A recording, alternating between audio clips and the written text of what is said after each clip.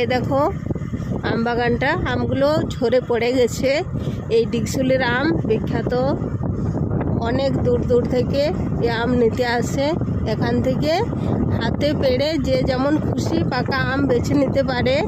তো এখানে দামটাও একটু সস্তাতে পাওয়া যায়, আর এত সুস্বাদু, খুব সুন্দর, অপূর্ব স্বাদে ও গন্ধে অতুলনীয়, দারুণ।